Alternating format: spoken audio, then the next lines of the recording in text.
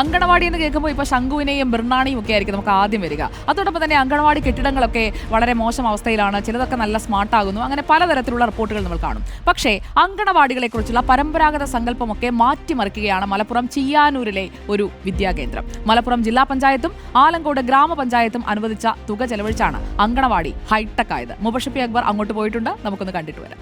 മലപ്പുറം ജില്ലയിലെ ഒരു ഹൈടെക് അംഗൻവാടിയാണ് പ്രേക്ഷകർക്കായി പരിചയപ്പെടുന്നത്. പൊന്നാനി നിയോജക മണ്ഡലത്തിലെ ആലങ്കോട് പഞ്ചായത്തിലെ ചിയ്യാനൂർ മേഖലയിലെ അംഗൻവാടിയാണിത്. സംഗതി കളർഫുൾ ആണ്, ആസ്തറ്റിക് ആണ്, അതോടൊപ്പം തന്നെ ക്രിയേറ്റീവുമാണ്.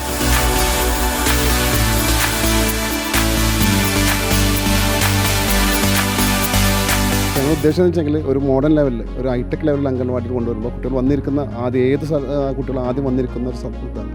അപ്പോൾ അവർക്ക് ഇരുന്നിക്കുന്ന ഇടം നല്ല വൃത്തിയിലാവണമെന്ന ഒറ്റ കണ്ടീഷനിലാണ് ഇങ്ങനത്തെ ഒരു ഹൈടെക് അംഗൻവാടി എന്നുള്ള ആശയം കൊണ്ടുവന്നത്. ഇദ്ദേഹമാണ് ആ പറഞ്ഞ ഇവിടെയുള്ള വാർഡംഗം. അദ്ദേഹം ഒരു എഞ്ചിനീയറിംഗ് ബിരുദധാരി കൂടിയാണ്. അദ്ദേഹത്തിന്റെ ആശയം കൂടിയാണ് ഈ അംഗൻവാടി എന്നുള്ളത്, അല്ലേ? അതെ. ഇന്ത്യ മാത്രമല്ല, നാട്ടിൽ പൊതുവായിട്ടുള്ള ആവശ്യമായിരുന്നു. ഒരു ആസ്പിറ്റൽസ് മേന കെട്ടിടത്തിലായിരുന്നു ഇതുണ്ടായിരുന്നത്. അപ്പോൾ തെരഞ്ഞെടുപ്പിന് ഒരു വാഗ്ദാനമായിരുന്നു അംഗൻവാടി ഹൈടെക് ഉണ്ടാക്കുന്നത്. എല്ലാവരും കളിയാക്കി. അപ്പോൾ എന്തായാലും 4 വർഷം സമയം എടുത്തു. എന്നാൽ പോലും നമുക്ക് നല്ല രീതിയിൽ പൂർത്തിയാക്കാൻ പറ്റിയതിന് സന്തോഷമുണ്ട്. നമുക്ക് AC ഉണ്ട്, ഫുൾ AC ആണ്. 65 ഇഞ്ചിൻ്റെ സ്മാർട്ട് TV ഉണ്ട്. കുട്ടികൾക്ക് ഉച്ചയ്ക്ക് ശേഷം കിടന്നുറങ്ങാൻ വേണ്ടി സ്ലീപ്പിംഗ് മാട്രസ് ഉണ്ട്.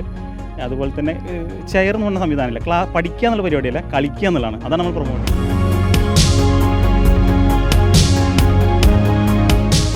ചിയ്യാനൂരിലെ എസ്തറ്റിക് അംഗൻവാടിയുടെ വാതിൽ നമ്മൾ തുറക്കുകയാണ്.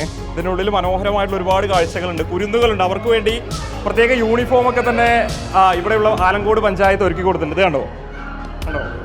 ചിയ്യാനൂർ പഞ്ചായത്തിൻ്റെ അവരൊരുക്കി കൊടുത്ത യൂണിഫോമാണ് അംഗൻവാടി ചിയ്യാനൂർ. എന്താ വർത്താനോ? പേരെന്താ? എബി. നിങ്ങളുടെ പേരെന്താ? ഒരു പാട്ട് പാടിയേ.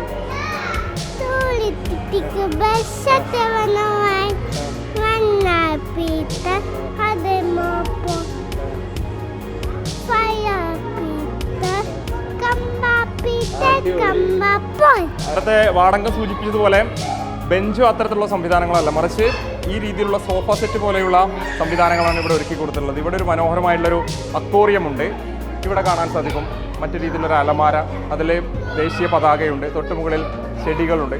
അത്തരത്തിൽ കുട്ടികളെ സംബന്ധിച്ച് അവർക്ക് ഓർത്തിരിക്കാൻ കഴിയുന്ന, അല്ലെങ്കിൽ ഇങ്ങോട്ടേക്ക് തന്നെ വരാൻ തോന്നിപ്പിക്കുന്ന രീതിയിലുള്ള സംവിധാനങ്ങൾ തന്നെയാണ് ഇവിടെ ഒരുക്കി കൊടുത്തിട്ടുള്ളത് എന്നുള്ളതാണ്. അപ്പം നമ്മുടെ ആലങ്കോട് പഞ്ചായത്തിലെ ഇപ്പോൾ ആദ്യമായിട്ട് നമ്മൾ ചെയ്ത ഒരു അംഗൻവാടിയാണ്. ഇതേപോലെ ഇനി അൺഫിറ്റാവുന്ന കുറേ അംഗൻവാടികൾ നമുക്ക് കാലപ്പഴക്കമുള്ളതുണ്ട്. അതൊക്കെ ഈ നിലവാരത്തിലേക്ക് നമ്മൾ കൊണ്ടുവരാൻ നമ്മൾ ശ്രമിച്ചു.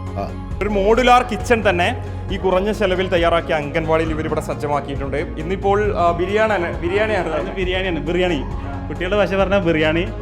അപ്പോൾ സംസ്ഥാന സർക്കാർ മെനു പരിഷ്കരിച്ചിട്ടുണ്ട് അംഗൻവാടിയുടെ. എപ്പോഴും ഉപ്പുമാവും മറ്റതൊക്കെ ആയിരുന്നു നമ്മൾ പഠിക്കുന്ന സമയത്തൊക്കെ. അത് ഈ മോഡുലാർ കിച്ചണിൻ്റെ പ്രത്യേകത എന്താ?